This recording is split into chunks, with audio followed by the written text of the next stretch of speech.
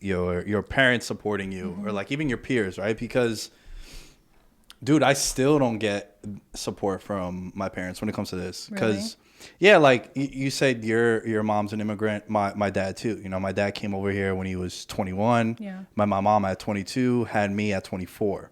So like, he was. The American dream for him was coming over here and like immediately, he was a mechanic in Greece. Okay. He was a really good mechanic too. His partner now is one of the biggest mechanics in all of Athens. Like soccer teams, he sponsors and shit. And like that was like his guy. So when my dad came to the States, they were like, yo, you can open up your own mechanic shop, this and that. And my dad's like, oh, word? Like, yeah, I'll have my own spot. Come to Astoria. There's a lot of Greek people here and shit. And then my dad gets over here and they're like, oh, yeah, you need like $40,000 to start. They're like, wait, I thought someone was going to give this to me. And they're like, nah, bro, you got to. And then all of a sudden my dad goes into this job that he has now with like the donuts and the coffee. So he's like super old school. Like, nah, man, you got to. Mind you, where our spot is on 49th and Park Avenue. So all my customers are like wealthy, you know, like even the engineers that do the elevators over there make like six figures. Like this is like a legitimate, like, the I don't want to say the poorest, but like the guy that makes the least amount of money at my job is like $75,000. Like, which is so crazy when I hear that now, customers. You know? Yeah.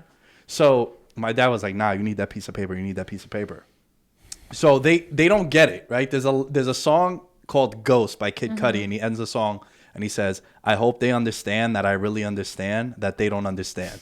And I heard that and I was like, oh my God, he's talking to me with that. Right. And yo, I swear on everything, man. I heard that and I was just like, yeah, y'all don't get it. You don't get this new age of being able to become someone through the internet just because it's not normal to them, right? Like being unconventional, it's weird to that generation. And I get it, you know, like I had a very, very similar conversation to the one that you had with your friend that you saw coming out. Oh, yeah. Because I had a friend of mine when I went to Queens College. So I went from Buffalo State. I transferred. I went to CW Post for a year. And then from there, like I lost some scholarship money because I had 4 addresses in like 6 months. So it was like some weird thing I got flagged for. It was like very sketchy. They were like, you're shady. Yeah, exactly. Because like we don't want to give you money. So I had my address was my Buffalo State dorm, and then it was my address in Astoria. We were in the process of buying our house. Okay. So for that 6 months, my parents went and lived with my grandma because it was a long story with like the landlord of the old apartment we lived at. So we moved in with my grandma. So then I changed my address to my grandma's, and then all of a sudden I'm in Long Island. So I've had 4 addresses in like 7 months, and they're like, yeah, yo, you lost your money. You're done. I owed all this money to CW Post, so I couldn't re-up for another semester until I paid it. So then I take a year off, and then I go to Nassau County. I get my associate's degree. From there, I go to Queens College, and I take a Greek class with this girl, Kathy, who I grew up with from like 141 all through Bryant. And then like we reconnected in college. And at the time, Impy and I were doing veterans minimum with the rest of the gang. And we would go and like grab lunch before class and whatnot, because I would have those like Mondays I'd be on campus at Queens from like 11 to 10. Okay. Like, so, those and, days, and I would have like a 2-hour break. So no point of going all the way back to Glen Cove and then coming back. So we would go and grab lunch and whatnot. And she was just like, yo, legit like some shit out of a movie, Sam. I'm not even trying to like gas it up or make it like sound cool. She would just be like, I'm 25 at the time now. Yeah. I'm 25. We're maybe a year into doing the show. Yeah. She's like, bro, all you do is talk about your fucking show.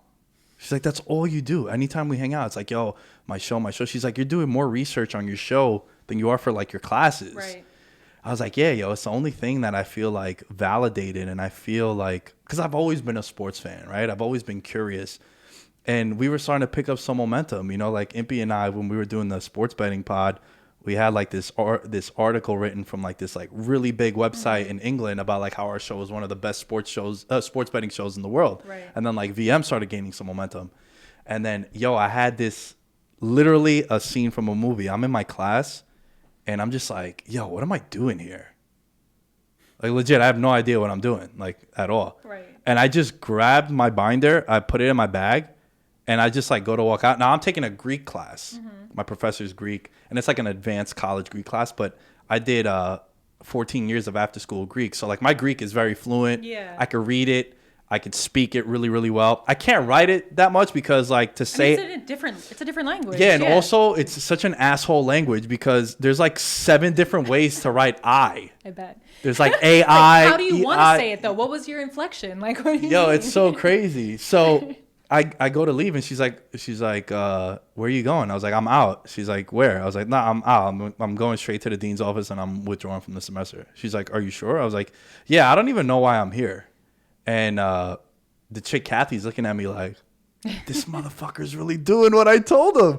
And then I just went straight to the dean's office and I withdrew because you know how like you had that deadline where you could withdraw your semester and then you're not entitled to pay for it. You don't need to pay for it. I was just like, yo, I'm out, yo. I don't even want to do this shit no more. And at the time I was going through like some cop stuff where I was going to be a cop for Nassau County also. Right. And then I was like, damn, yo, this is the only thing that I want to do.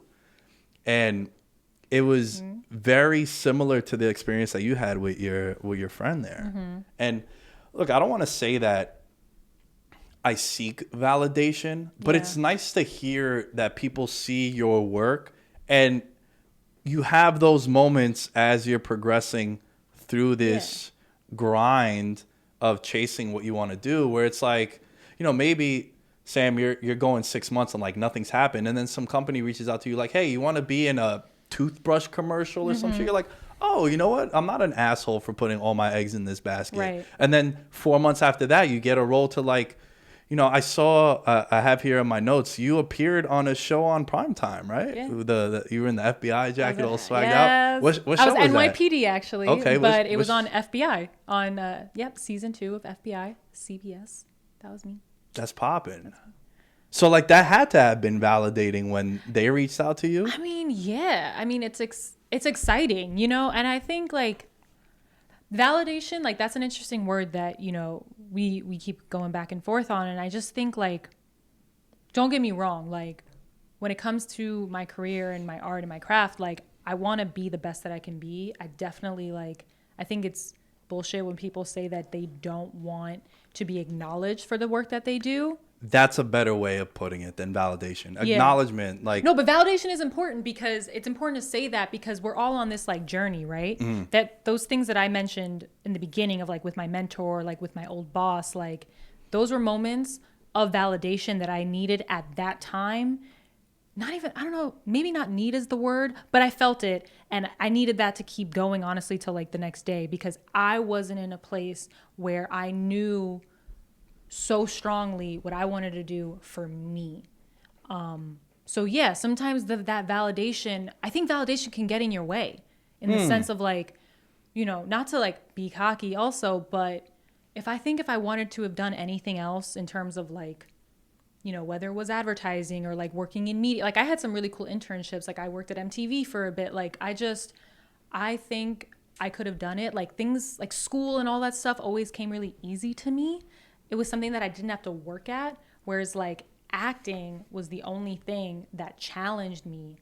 And that challenge got me excited. The fact that I actually had to put in work for this thing. And, you know, it made me think, it made me feel like I actually had to like bring something to the table instead of like, I just showed up and like, I just did this, like, not to say everything was mindless and all the jobs and internships I had, but it just came easier. And like, personally, I don't want easy. I want to be challenged. I want to work hard. I want to have to put in the effort and make something good. Yeah, you don't want to be complacent. You don't want to just be... Well, some people do, and that's okay. Yeah, yes, That's okay. That's good for you. Yeah. You know, I'm not going to mention any names. Impy knows who I'm going to reference, but we have a friend that's like one of the nicest friends that we have. Super complacent. Just like happy with his job, his 9-to-5 thing, and like he doesn't seek to be better. Yeah. He's just like, yeah, I'm just like happy with my 24 days vacation I get a year, and this is what my salary is going to be, and occasionally I'll get some tips and I'll be chilling. Right. But for the most part, and again, I love what you said. I don't think the hustle and the grind is for everybody. And that's not a problem. That's something that I've come to realize where like, yo, not everyone's going to be like you. Not everyone is built to go on that journey that you're trying to go on. And that's not a bad thing. That's something that has really changed within the last year and a half for me. That's good. Because I pride myself on being self-aware. And and I get that from him too. Yeah, I get that from him too, where like he's one of the only people that I know that when I'm an asshole, he'll tell me.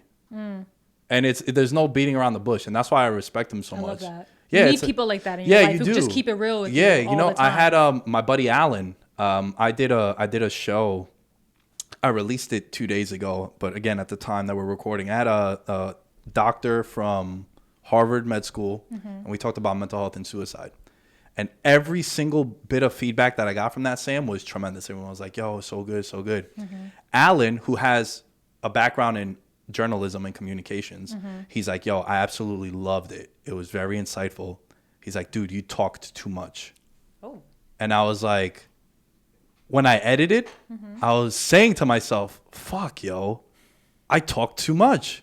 So to hear that from him, because I love criticism when it comes from someone who I know genuinely cares. Yes. Because there are some people that'll just be like... Well, it's constructive criticism. Yeah. It's not just criticism to break you down. Yeah, but it's also coming from people that I know. Like when Impy criticizes me, I know it's coming from a good place. Yeah. Like I have friends that criticize me and I know like, bro, you're just a hater, son. Yeah. Like, and I like, you're just like... It's true. You know, I'm sure you have people in your life who are like, yo, I just landed this role on FBI. And they're like, oh, whatever, Sam.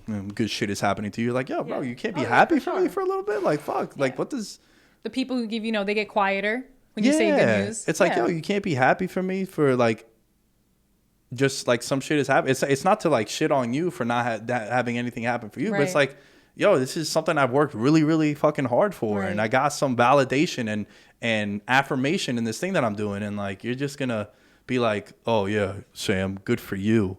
My life sucks. It's like, bro, that's not what the conversation is right now. You know what I mean? And it's like, eventually you start to weed out those people in the sense of like, I don't share with everyone some of the moves that I'm making. He's one of them. My buddy Dylan's another one. Right.